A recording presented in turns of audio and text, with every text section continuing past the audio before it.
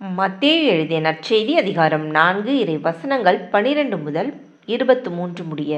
யோவான் கைது செய்யப்பட்டதை இயேசு கேள்விப்பட்டு கலிலேயாவுக்கு புறப்பட்டு சென்றார். அவர் நாசரேத்தை விட்டு அகன்று செபுலோன் நப்தலி ஆகிய இடங்களின் எல்லையில் கடலோரமாய் அமைந்திருந்த கப்பர்நாகுமுக்கு சென்று குடியிருந்தார். இறைவாக்கினர் எசாயா உரைத்த பின்வரும் வாக்கு இவ்வாறு நிறைவேறியது.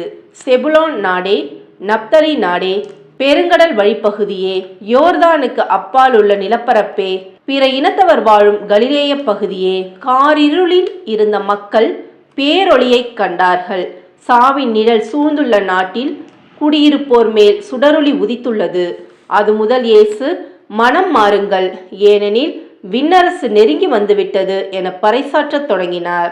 இயேசு கலிலேய கடலோரமாய் நடக்கும்போது சகோதரர் இருவரை கண்டார். ஒருவர் பேதுரு எனப்படும் சீமோன், மற்றவர் அவர் சகோதரரான அந்திரேயா.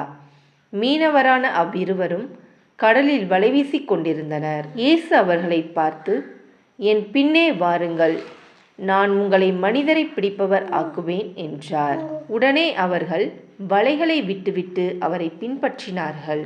அங்கிருந்து அப்பால் சென்றபோது வேறு இரு சகோதரர்களை கண்டார். அவர்கள் செபதேயுவின் மகன் யாக்கோபும் அவர் சகோதரரான யோவானும் ஆவர். அவர்கள் தங்கள் தந்தை செபதேயுவுடன் படகில் வலைகளை பழுது பார்த்து கொண்டிருந்தார்கள்.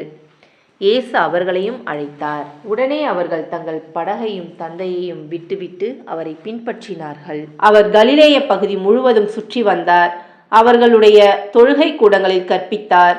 விண்ணரசு பற்றிய நற்செய்தியை பறைசாற்றினார். மக்களிடையே இருந்த நோய் நொடிகள் அனைத்தையும் குணமாக்கினார். இது கிறிஸ்துவின் நற்செய்தி. கிறிஸ்துவே உமக்கு புகழ்.